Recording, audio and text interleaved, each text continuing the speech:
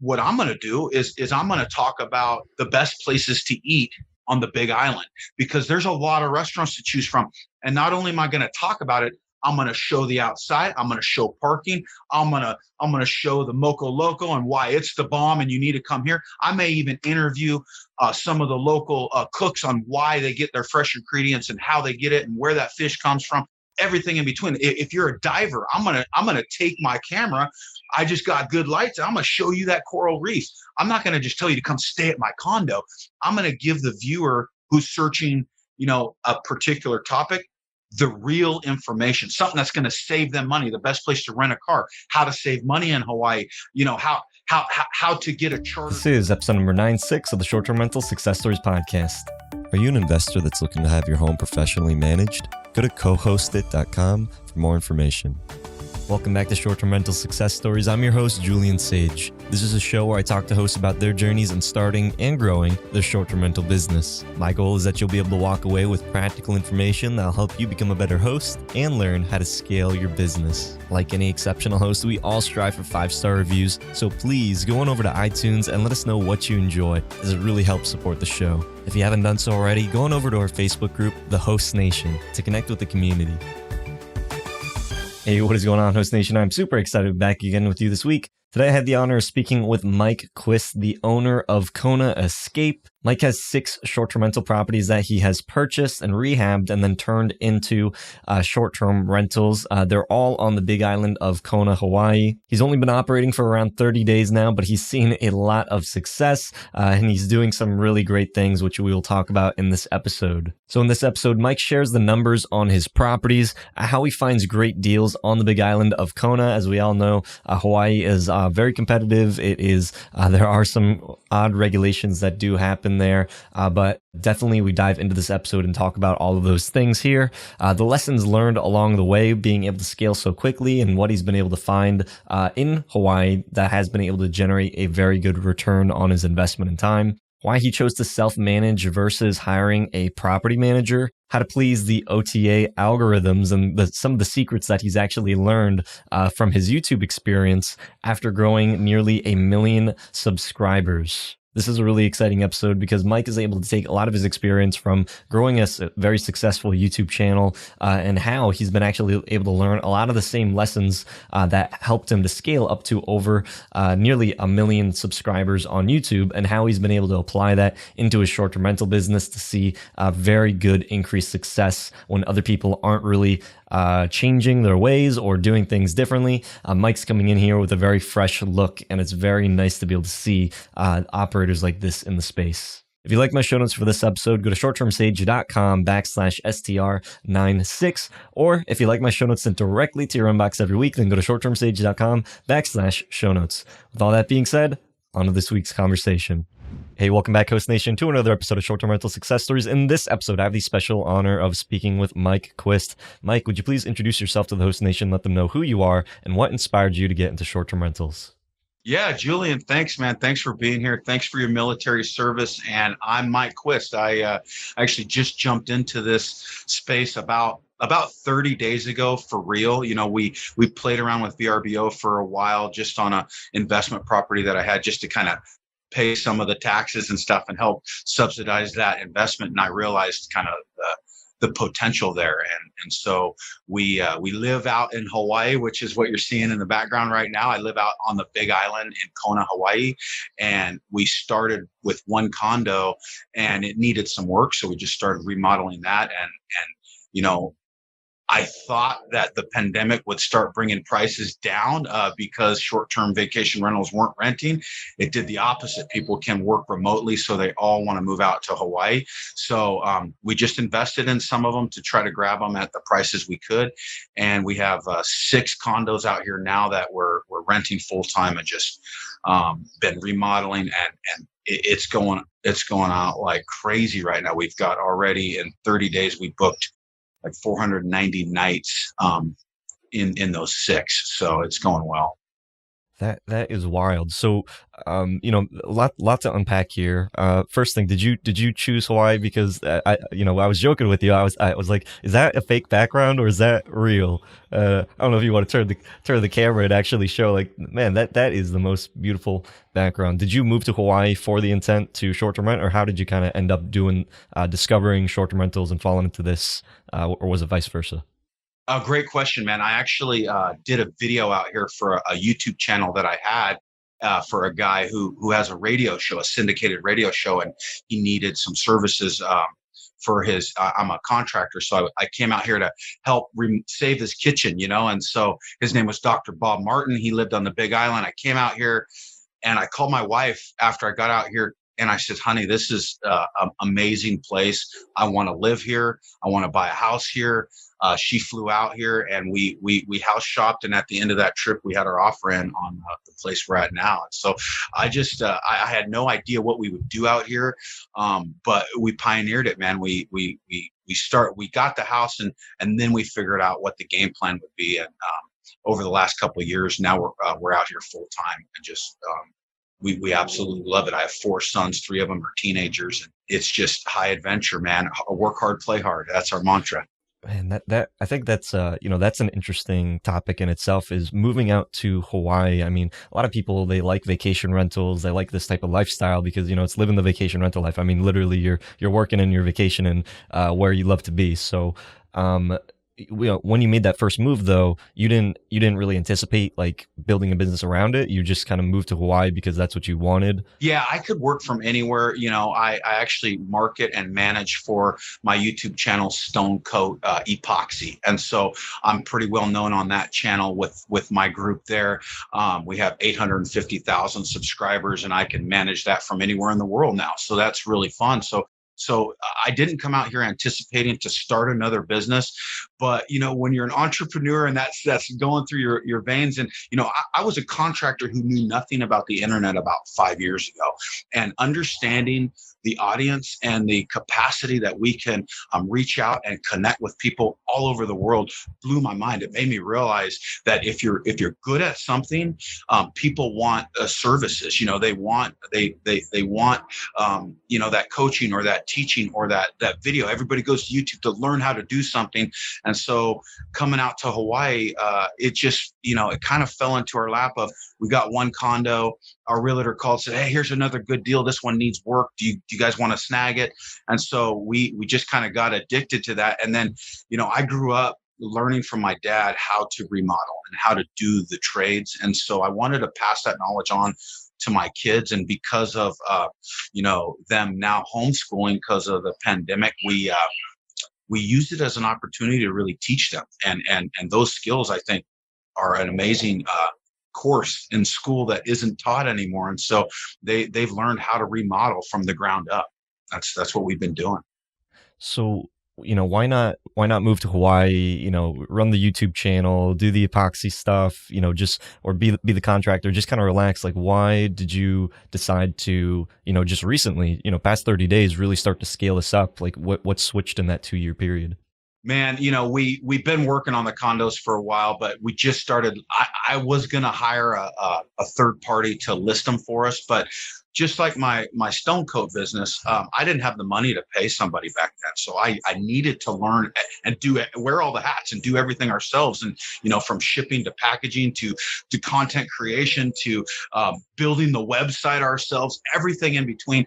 That served us well because then when we scaled our team, I understood enough to be able to coach and guide in the way that when it enabled people to really shine, but it also let me not get taken advantage of in other ways where maybe it wasn't quite as hard as people would portray. So I said, honey, let's learn this thing. Let's learn the meat and potatoes of it, and then figure out what part of it we want to hire out. And so to answer your question, bro, it's the it's the entrepreneur in me that can't sit still. I can't sit there and go to the beach and relax. I'm constantly thinking of the next thing, so it's honestly just because I knew we could do it. So let's go do it, and so my wife's constantly saying, hey, slow down, don't go out. There's other businesses that I'm pursuing as well, but she always wants me to slow it down, which is a great balance. I need somebody to kind of keep me grounded. So maybe some of those first things that when people think of Hawaii, maybe some of those objections, because you just dove in and now you've scaled up to six properties, and you own all of these properties, correct? Yeah, we own those properties. Yeah. Okay. I started to look at, if I did learn the software, I could manage it and do this for others. But honestly, I don't think I'm going to go that route. I think, it intrigues me from listening to the rest of your podcast. It's certainly intriguing.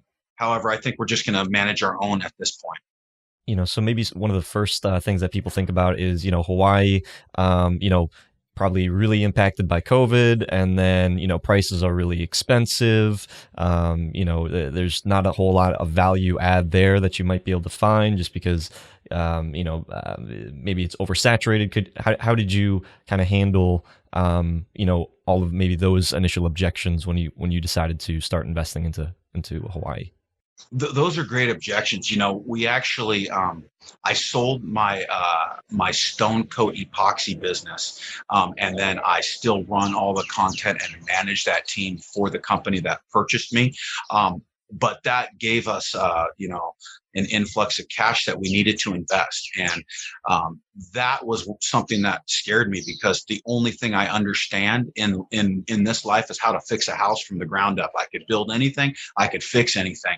And so I don't like the stock market. I actually really related to Wealth Without Wall Street, the guys who were on your podcast. That rung very true with me of I didn't want to put my money in the stock market. And I really like to be hands-on, and I like to know that if a water heater breaks and that's what's hurting my investment, I could go fix it. So I parked, and plus I wanted to protect my money against inflation. So I says, let's go real estate. And we have, in Oregon, we have about 15 long-term rentals, and that's where I started. And I go, I gotta see about this short-term thing. And I watched a couple of creators talking about, the vacation rental lifestyle. I go, that's cool. If I got vacation rentals in other places, and my wife kind of said, hey, let's do it where we can manage it. Let's start there. So the reason that it works for us is because I was able to just buy these outright. I was looking at doing financing and trying to scale it bigger, and I just kept it simple. So we don't have a mortgage on them, and the bills are quite manageable because of that. So I just parked my investment there, and then the returns are actually far better than I had. They're far better than the long-term rentals. There's more hands-on, more work, but if you're willing to do it, your return can be amazing. So, can you walk through a typical deal that you might find in Hawaii? How are you kind of walking and analyzing that with the lens of a short-term rental now? Great question. So they've changed the rules recently, just like other places where they're pretty strict on where and how you can do short-term vacation rentals here. So there's the main drag, they call it Ali'i Drive, and that's where all of the short-term rentals exist that can be kind of privately owned and operated. Unless it's hosted, and meaning you need a ohana or a second home to then host. If you live there, you can do that up the hill. But down by the ocean is that Ali'i Drive, and that's where we look for all of our condos. And we actually found this complex that just shined above most of the other complexes. We liked it because it was set up like a village instead of more like just this giant building that looked at the ocean. And so the grounds are amazing. It just really spoke to me and my wife. We decided we're going for, instead of saving money and getting a budget type condo that may just have a peekaboo view, we wanted ocean views, ocean front, high end. We wanted to go luxury. We wanted to find them that needed work that we then put our sweat equity in to grab some equity up front, and then build our own website and just kind of cater to the people that want to stay right on the ocean. But also we have an advantage because we don't have a bunch of bills monthly on those things that we're scared of to cover. So we can be quite competitive up front. We're really being competitive to get those initial reviews and bookings. But another thing that we're working on is kind of the destination ambassador. My wife and I and our kids, we're teaching our kids how to edit video by going around the entire area around here in Kona and teaching people about the snorkel spots, about the dining, about the diving, about the fishing, about the hiking, and all the adventures. And then going to do our own kind of guidebook right there on our site to build our site and build attention, which will build, that's how I was noticing my other businesses, just building my own site that grab people's. You get traffic, you get opportunities. That's pretty interesting that you're coming at this, right off the ground. And actually, just one of our recent episodes, we were talking with someone about branding, brand recognition, and how challenging it is for a lot of operators nowadays. They just get sucked in, and I'm sure that you saw that, like being sucked into YouTube. It's just like you could build your whole business around that, but if that one channel dies, then your business may be impacted if that's your only source of leads and revenue. So in Kona, are people really focused on building that brand equity and diversifying away from the platforms, or is that what the majority of people do out there?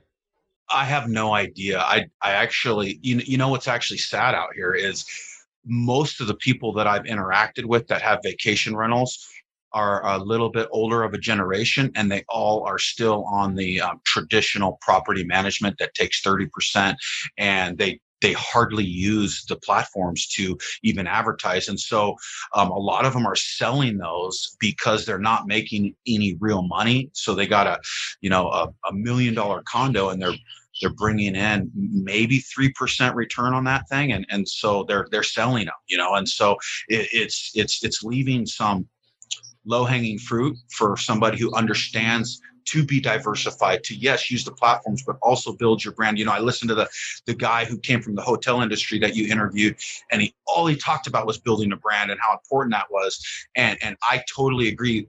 That's why it's so important to grab that email list, to grab those phone numbers, to remarket in a kind and courteous way, and to build long-term relationships. I mean, if you aren't getting repeat business, you're doing something wrong. And that was what, in my stone coat business, we have a 50% reorder rate. If I don't get a 50% return rate, I'm doing something wrong. So my wife and I and my kids are just focused on, obsessed. That guy who is in LA that you interviewed, he's obsessed with 5-star reviews.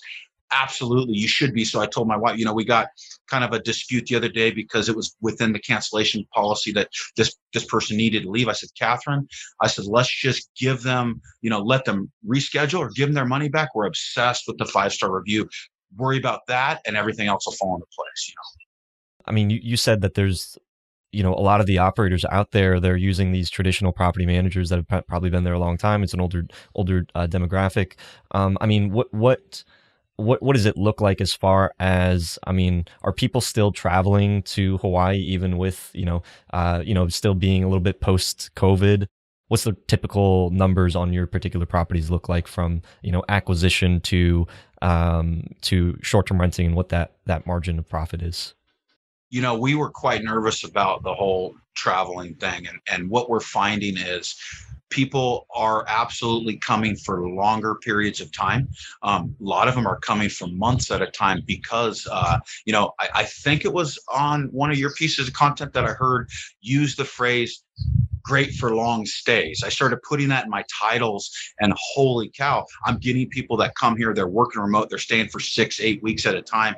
And the COVID thing is actually pretty easy. We're on an island, and you can't land here without a test that says that you're negative. And so once you have that negative test, you present it, and that's your golden ticket. And so we have really low numbers on the Big Island. So people have come back here. Now you could tell because the highways aren't great here. So if there's a lot of cars and I have to wait for a long time to get to Home Depot, I know it's doing really well. And we hear that ding all day, every day on our phone of new bookings. And so I don't know what it was like before, because I really just got into this, but it's in the last 30 days, like I said, we've had over 400 and something nights booked.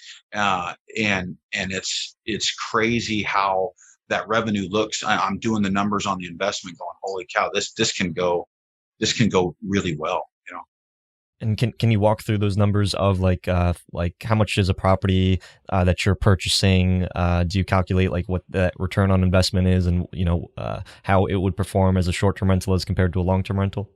Yeah, sure. So our rentals have been anywhere between about $900K to I actually got a really, really good deal on one for about $500K that that the reason nobody was buying it was because of termites. It had some termites in a door jamb, and it had some termites in some of the furniture. So there were these droppings everywhere, and it was on the market forever. And I actually pulled a piece of that trim back, and I know it wasn't all the studs are termite treated here, and the HOAs cover the whole outside of the building. So if any of the studs were affected, it's going to be covered. I'm going, heck yeah. So I looked at it. I bought that for about half price, but everything's been about 900 to 600K. And I'm going to bring in about 100K gross a year on the 900, and probably about 80K gross down to the ones that I got for 500 and 600. So I have 3-bedroom, 2-bedroom, and 1-bedroom. So it's pretty good return, especially when I'm pretty conservative with our investments. So when you go conservative with like a investment manager or something, you're going to get 4% returns, So, and then I like the fact that we could actually scale it and or even package this thing as a business. And once you have those all booked out, the potential's pretty big.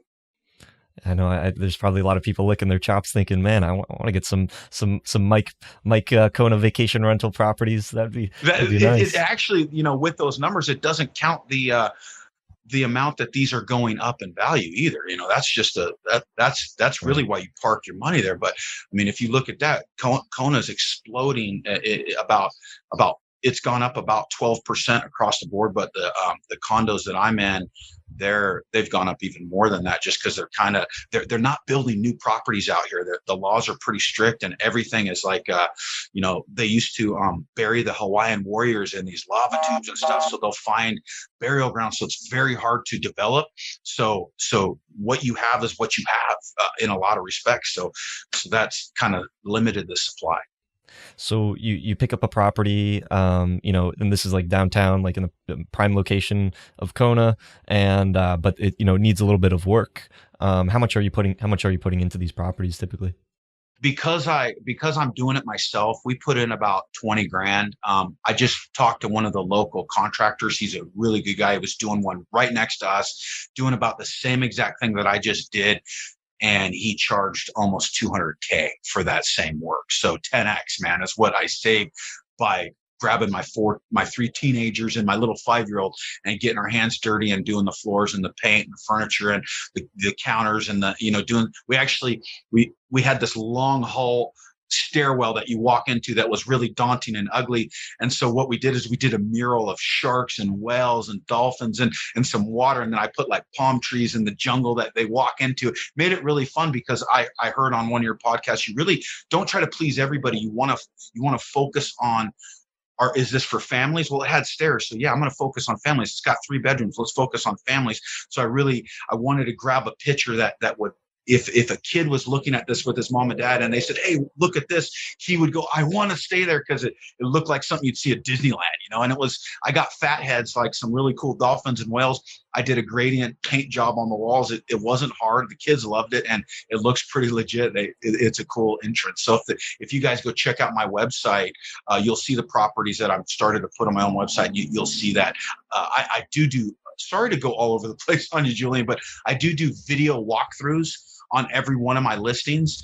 And that, I think, has been massively key to upfront bookings, man, and I listen to the algorithm on everything. When VRBO tells you should do a 20% upfront discount for the first 3 bookings, I listen and I just say, okay, you should do a 14-day cancellation policy because you're new. Okay. I follow what the algorithm suggests. And I think if you do that, it wants to help you. It really wants to test and see if you're going to get that 5-star, to see if they want to keep promoting you. That's awesome. Just make sure that you don't put a discount and then you have a double discount. A lot of people make that mistake. Right, exactly, man. That you'll be booked out the whole year. People are like, man, I got this place for a steal. Yeah, you know what though? Even if they did get one over on you, get that 5-star review. That is your evergreen long play. If you can build clout in that listing and you show up higher and you build long-term relationships with those clients, yeah, they may got you up front, but they know they got a steal and they want to come back. Nice. Now, so that one property that we're talking about, you said you got it for about 900. It can gross about 100 or 100,000. You put in 20. So now that you fix this place up, what would be the what's the equity gain on there and the potential resale on that? Right now, those are one actually a bedroom less than that sold for 1.2. So, and that's been in about 18 months. It got that much equity in it. So, will that hold? I don't know, man. It depends on how many people are going to keep buying out here sight unseen because they want to work remote. It's a feeding frenzy out here in the real estate market. I couldn't even buy right now if I wanted to because the prices have gone up too much. I put a hold on that. We're going to really get these 6 established, see what happens in the market. And then decide if we want to get more or not. So I'll really master these and build these, and then we'll probably get more, but I'd say we'll wait a good probably 24 months before we start getting more. And people are buying like all these properties turnkey, or or is it because you're finding these places that need just a little bit of TLC that you're able to get better deals? I'm not getting now. You're not even getting. What's kind of frustrating is the ones that need work that haven't been touched since the 80s. They're selling them full price because there's so little inventory. But when I was getting them, you were getting the ones that haven't been touched since the 80s. They weren't like dilapidated because anything on the ocean out here, people, they're a good investment. So people take care of them enough, but it's got the old 80s tile and old carpet and just hasn't been loved on. And so I would usually save about 30 to 40% even on some that needed that kind of work, because people are lazy out here. When they buy these condos, they want them ready to just start renting out. But because if I were to hire a contractor on something and I got to pay 150 to 200K, the numbers, man, it just gets right. It's hard to justify, And what would be the potential, like if you were to rent that long term, what would be the difference for that property versus short term? I listened to that rule that says if everything goes south and you got to rent this long term, you got to make sure it covers the nut. And that's kind of why we didn't finance them, and that the reason that we covered it ourselves. I listened to this guy on YouTube the other day who was interviewing Mr. Wonderful from Shark Tank, and Mr. Wonderful said, I don't finance anything anymore, and that was quite contrary to leveraging your money and lazy money. And so I was confused, like, what do I do here? And honestly, my wife and I like our life simple. We don't want to be worried about what happens if people stop coming out because the next pandemic happens. Well, if that happens, we're protected because I don't have a monthly mortgage I got to pay on them. But to answer your question, man, I actually forgot your question fully. Am I answering it? How much would it typically long-term rent for versus as a short-term rental? Long-term rent's expensive out here, but you probably can do 4x on the vacation rental versus a long-term rental. And if you are going to do a long-term rental in a condo community, it's going to be little old lady with her puppy, and boy, I would feel bad about trying to go big on that. And so I like the vacation rental thing, but if I had to go long-term rental, I could, and I'd be just fine with the HOAs and my taxes. I'd still be in the green, but not if I had a mortgage on it. And is that something that could happen, or is because, people, typically when I think of Hawaii, I think of, really strict regulations, but, and then you're also in an HOA. So, is that HOA just like really just friendly with vacation rentals, or is that kind of one of the unique situations? 100%. The HOA is actually, very friendly. Like it's got 160 units in this complex. And I think, 4 of them are full-time residents that own them. So that's all vacation rentals. And so that's the lifeblood to that place. They're very good at dealing with renters and vacationers. They know that's the whole jam. So they're very friendly with it. I don't anticipate that ever changing. If it does, I would probably sell them and move on. I'm not interested in long-term rentals in Hawaii. I'd rather go somewhere else for that. Did you know like what the numbers could be like on that? Because you said that there's 100, the 160 just in that little HOA, and here you are moving in and going to start your business as well. Did you know like how the other properties are performing, or are they all just like fully booked? Yeah, I did know how they were performing. There's a couple of companies here that will property manage them. Even the on-site, there's an on-site property manager at this complex that is kind of the old school property manager, and they actually had the listings on a number of them that we bought. So I don't think they're really happy with us because we pull them right out of the rental pool. But they were leaving a lot to be desired, and I saw so much low-hanging fruit and so much room for better customer service and better marketing. And then some of the property managers that were on the internet that these people were using kind of left a lot to be desired as well. And the reason I didn't like that is because I'm going to just get thrown into somebody's website that I could be at the bottom of the barrel there, and that they're just going to do the same thing I'm going to do on VRBO and the other platforms. So why not learn it myself, try it myself? And it was just a test up front. My wife and I, we go on a walk every day, and we were talking, and I said, she really wanted to go with the property manager because she loves our life. She wants our freedom. And I said, hey, give me a shot. And here I'm fighting to be that entrepreneur. And she goes, okay, I'll give you a shot. And we just talked the other day. She's like, I'm so glad we didn't pay 10% to some of these other property managers, because we were able to do the same thing just by listening to podcasts, doing some research. We knew nothing about, and just applying principles that people are giving you shortcuts to. And I really am always looking for a mentor. I'm looking for somebody who is where I want to be. And you can find that now because there's great information. And Julian, your content stood out because you're so forthright. You ask all the questions that aren't just the positive ones. So I appreciate you for that, Matt. Thank you. Yeah, thank you. I appreciate that. The one of the things though that you said, the property managers in that area, is that like a normal thing, like in Hawaii, that property managers charging 30% and they're just throwing it on their website? Like, is there like an arbitrage opportunity there? Like, even as like, let's say, a lot of the listeners to the show, they are, managers, they want to get into the management business. Is there opportunity that you see from maybe these older traditional management companies that are relying on maybe outdated methods versus, you understand entrepreneurship, you understand marketing, you understand like how to get something out there, you're building your brand, but you're also utilizing the tools that are available. Do you see like an arbitrage opportunity there? I think there'd be a huge opportunity. I don't want to say the company by name that I think is kind of doing that right now. They've been doing it for a while, but in doing some research, you'll find them, because I just don't ever talk bad about anybody out there. I think there's so much opportunity for somebody who wants to be a great property manager. But I would say, what are you going to do that I can't do? If or what are you going to do for these clients that goes above and beyond? Don't just be like everybody else. But I don't know how you do that remotely, but I know there's a way. You know what I mean? And just that great communication, just implementing dynamic pricing, just implementing great customer service and quick response time.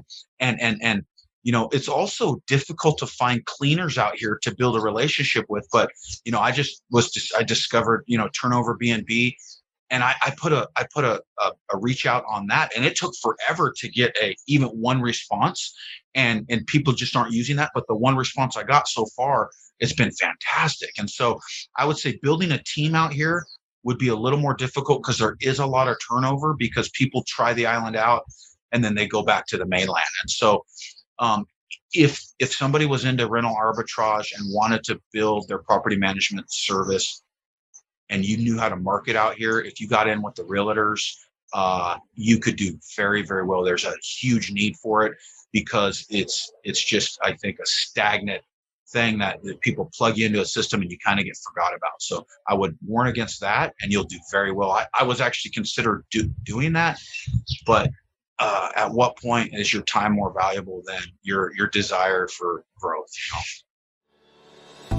Hey, this is Julian, and I wanted to be able to give you our newest book, Airbnb Secrets Revealed: How to Build a Fortune on Airbnb Without Owning Property. In this book, we talk about the concepts of rental arbitrage investing, as well as co-hosting, and how you can build a business leveraging other people's properties. This book is perfect for the new short-term rental investor, and it's something that I wish that I had when I first started, as it would have saved me a lot of trouble and helped me to understand how to be able to leverage the power of short-term rental investing in your own real estate portfolio. If you'd like to get our newest book completely for free, go to shorttermsage.com/free book.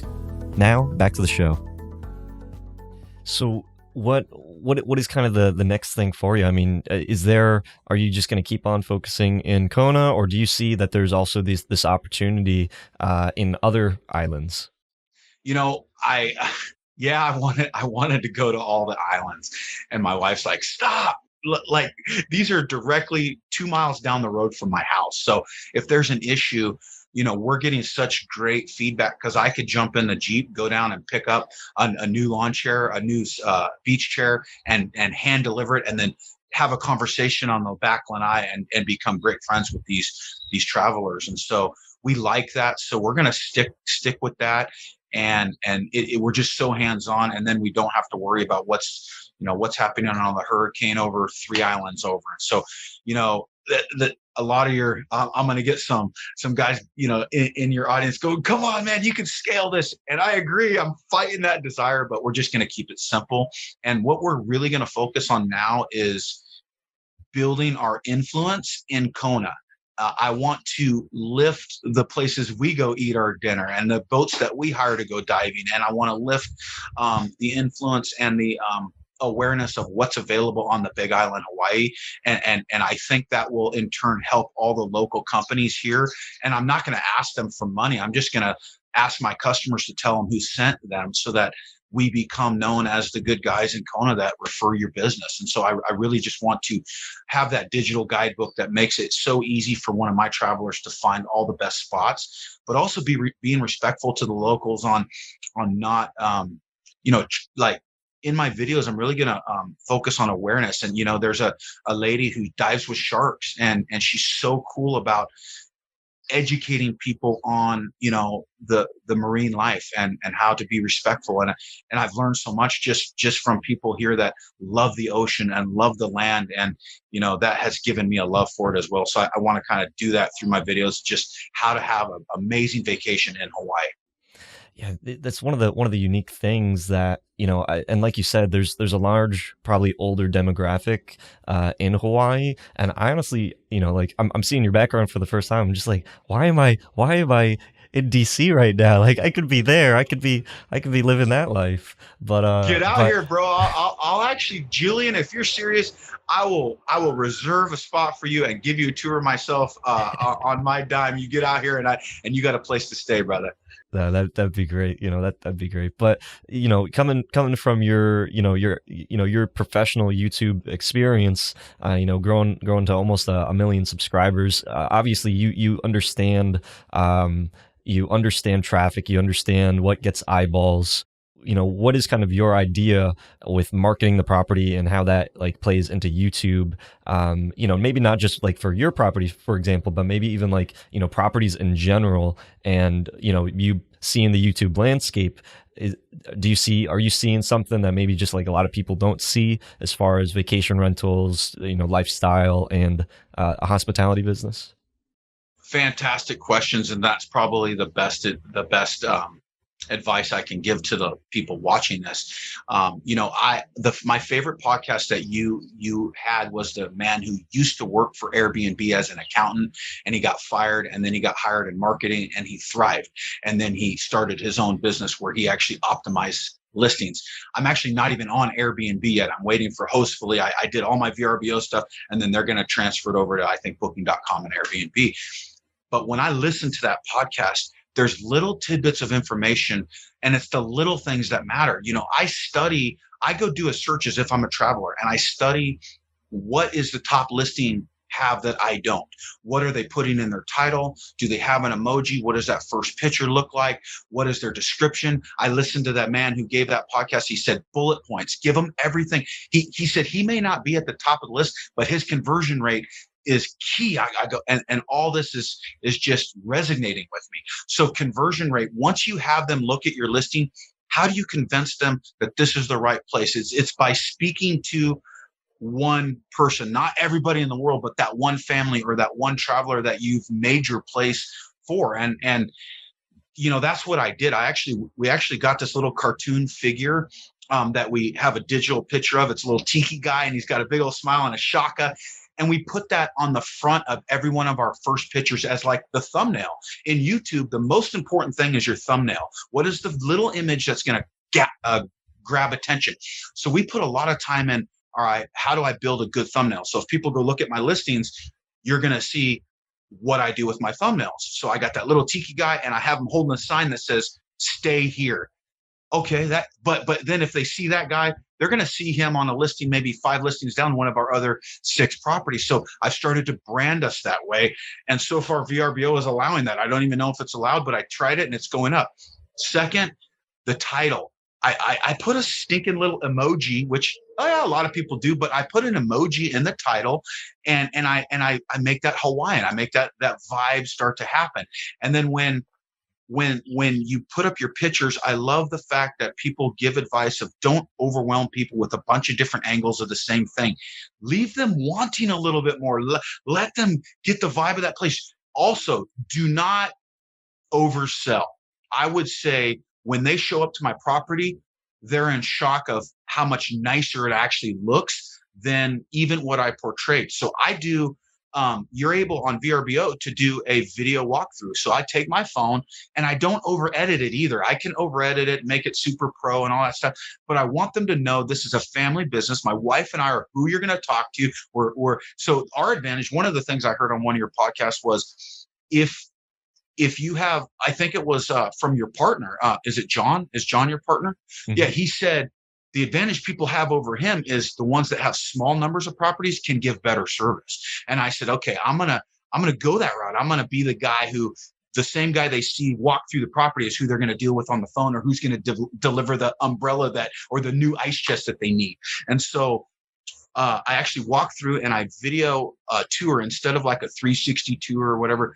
I make it personal. I talk. I don't just put music to it. I talk and I explain it, and they can feel my excitement.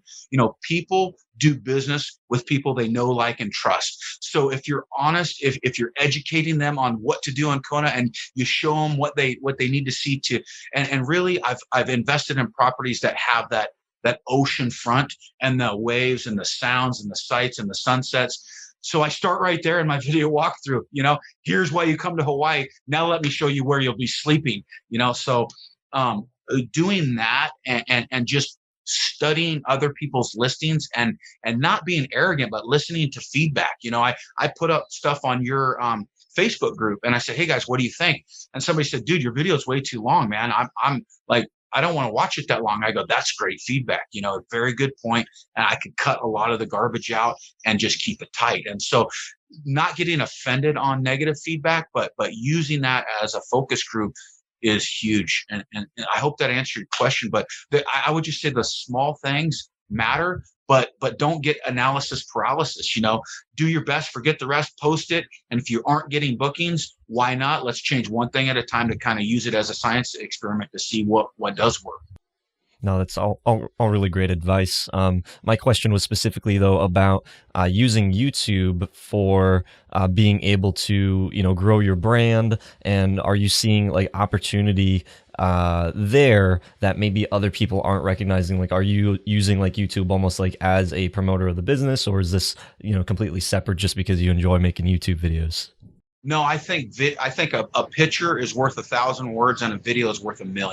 And so it doesn't necessarily need to be YouTube, but YouTube's just a search engine. And so I just started a new YouTube channel last night called Kona Escape. My website is konaescape.com, and that's where I'm going to start getting my direct bookings and things like that.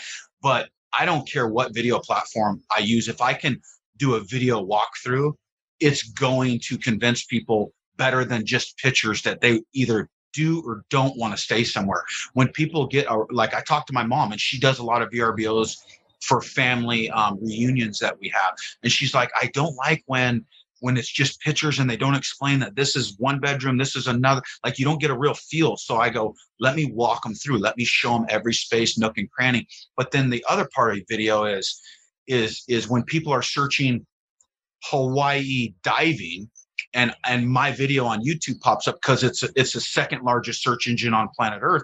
And I'm doing a video on Hawaii diving in Puako. And by the way, if you're interested in coming here, check out my website, Kona Escape, and get one of my vacation rentals. I may see you soon. And now you're becoming that ambassador to the area that is inherently going to bring people in. Also, my other YouTube channels, why not collaborate with other influence you may have or other influencers and talking about the area that you're at more than the vacation rentals you have.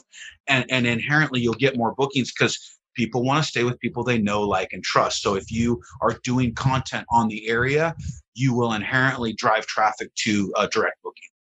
Can you kind of share maybe some YouTube strategies? You said, don't talk maybe necessarily just about like, hey, stay at my property. Like, I feel like maybe a lot of people that they think like YouTube or Facebook, like they're just like, I'm going to create something and it's going to be like, stay here, stay here, stay here. And then nobody's liking the pages, nobody's subscribing to the channel. So, with your channel, I mean, you've grown it to almost like a million subscribers. And obviously, you have a business, you have a contracting epoxy business, but that wasn't like the sole thing that you were like driving home on the channel, right? Like what's kind of the strategy for being able to grow that and then ultimately grow your business from your YouTube efforts? Julian, that's the question of the day. And that's exactly what you should be asking. And so people do not care about me. They care about themselves. And I have to understand that and cater to that. People also have the attention span. It was said that goldfish have an attention span of 9 seconds. Human beings are probably like 6 seconds. We have less attention than a goldfish. So if you don't capture attention, something that I like that you do on your videos is you'll put in some of the highlights, some of the hook. You'll put in the best part of that interview that intrigues me and tells me within seconds, do I want to spend an hour listening to this? Because I listen to your podcast when I'm out behind you in the garden weed whacking. I'll put my phone in my pocket and listen to what it is, but you got to hook me. You got to convince me. Why do I want to invest in this piece of content? So number one, it's got to be valuable. So what I'm going to do is I'm going to talk about the best places to eat on the Big Island, because there's a lot of restaurants to choose from. And not only am I going to talk about it, I'm going to show the outside. I'm going to show parking. I'm going to show the Moco Loco and why it's the bomb and you need to come here. I may even interview some of the local cooks on why they get their fresh ingredients and how they get it and where that fish comes from. Everything in between. If you're a diver, I'm gonna take my camera. I just got good lights. I'm gonna show you that coral reef. I'm not gonna just tell you to come stay at my condo.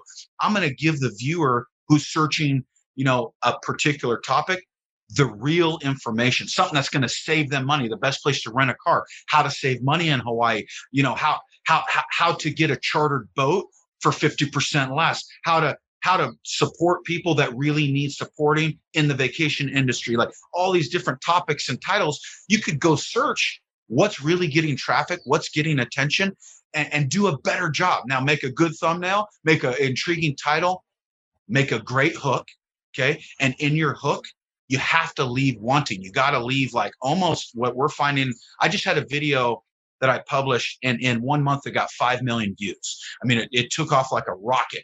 And the thing that we do is we actually put some conflict. I don't know if you've heard of Mr. Beast. He's huge on YouTube. He's constantly putting conflict of, I don't know if this is going to work. Let's find out. Or he'll, like, somebody just did a video where they flew a helicopter in to deliver like Uber Eats, and it showed like the customer was kind of upset and he looked angry, and they like cut it right there. And so you got to watch another 30 seconds to find out, was he really angry or what happened? So if you can do that in your content and you focus on value added instead of pay me for my rental, add value, drive traffic to your website via, if you want to learn more, like you're constantly talking about the show notes, you're constantly, you're asking, you're adding value, anybody you interview, you put their stuff below. I could go do more research. Inherently, it's going to bring me to the service you and John provide. It's going to bring me to your Facebook group. I'm going to become a long-term lifer, man. And so that's what I'm going to try to do with YouTube. I focus on value added and everything else falls into place. But if you don't make content that holds attention, yeah, dude, it ain't going to work, because there's too much competition, especially on YouTube. VRBO and like all these vacation rental sites, man, the attention is, it's like phase one still, man. You can dominate really easily just by doing a few things good, man. So YouTube's really difficult to get noticed on, but it's all about value, man. So YouTube for you think that's more of like a long-term thing? You think like the immediate, like if you're just starting off, you're just getting maybe into entrepreneurship, internet marketing, trying to, optimize your images. You think just starting off on the platforms like Vrbo, Airbnb is probably the easiest, quick thing to grab, and then shifting your focus. So like, what would you say to someone that is maybe interested, once they've adjusted those things on those platforms? Should they be looking at YouTube, or should they be looking at Facebook or Google SEO? Like, where, with all these different options, how should people be maybe trying to build their brand and, build their brand equity? Great question. I would start on the platforms like VRBO, Airbnb. I did a lot of studying on what properties do best on what platform. So just research it. If you got a shared space, it's probably Airbnb. If you got a house, it's probably VRBO. If you got something in Manhattan that's like a hotel, it's probably booking.com. So what platform is best for your property? Start there. And then also, how do you make this not consume your whole life? How do you do as much automation as you can that allows you to be very specific and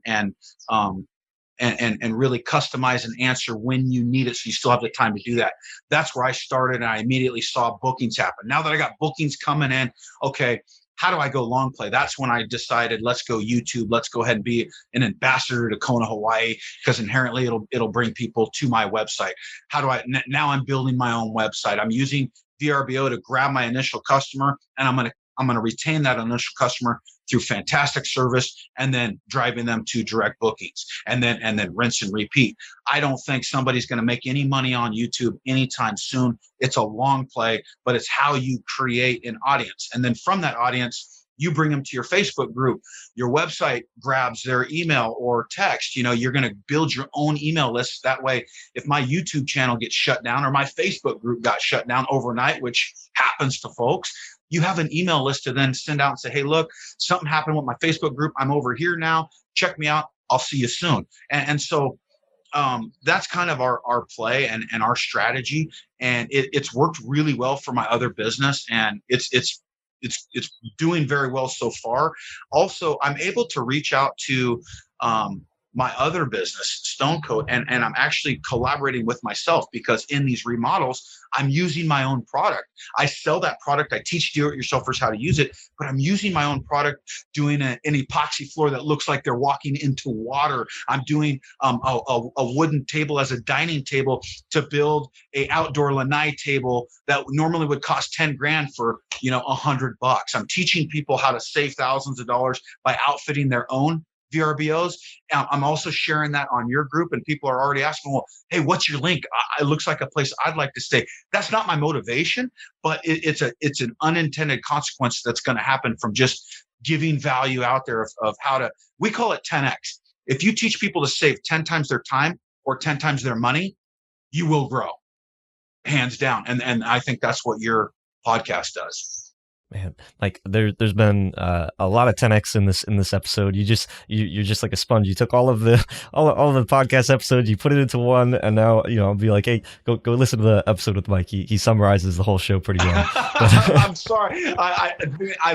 I'm telling you, I consume your content. I do it when I'm on a walk or a jog or working in the yard, and I swear that's that multitasking, that's that entrepreneurship. But you have massive value to bring to people, and at your age, man, my hat's off to you. Like you're fantastic. You're gonna be you're already a rock star. I know that, but you're gonna explode. You and John, dude, I know where you're going, and congratulations, bro. Thank you.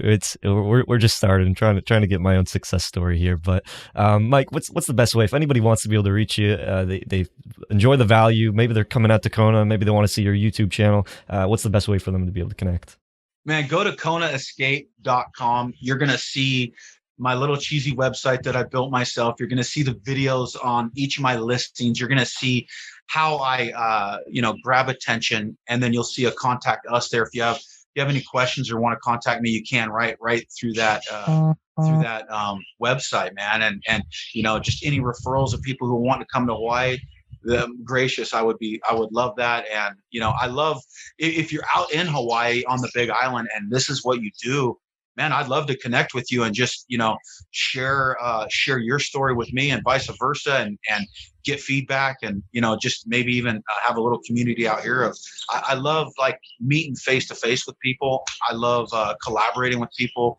I love helping other people grow, and just, creating a kind of a tribe where we all stay in touch. And so like the people that I've collaborated with on YouTube, they've become family, man. Like I was on a couple of TV shows, and now the hosts and I are like bros, man. So I think there's so much value in these platforms by actually reaching out and connecting and then staying in touch, man. So that's what I suggest to you, Julian, is the people that give you their trust, man, you protect it. I could tell that you're so sincere. And so just keep doing that, and you're going to explode, man. All right. Well, thank you so much, Mike. Of course, we'll include all the links, be able to connect with Michael, check out his website, check out his YouTube channel as well. Man, that is, epoxy. I tried epoxy one time. That was very challenging, but man, you take it to a whole nother level.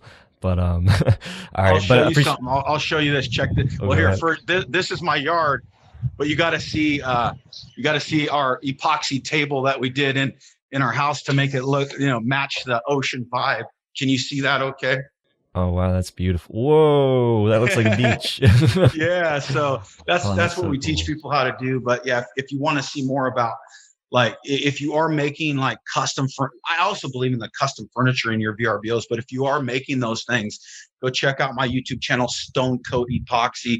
And we do tutorials every day on how to save thousands. Like if you're remodeling a space, granite countertops cost a lot. We usually do a kitchen for about $250 is what you can DIY that for. Wow. That's awesome. Well, thank you so much, Mike, for taking the time. And until next time, Host Nation, keep on hosting. Hope you hosts benefited from the show. If you found value, please go on over to iTunes, leave us a review, and let us know what you enjoy about the show. If you'd like to talk to hosts that have been featured in these episodes as well as the community, go on over to our Facebook group, The Host Nation.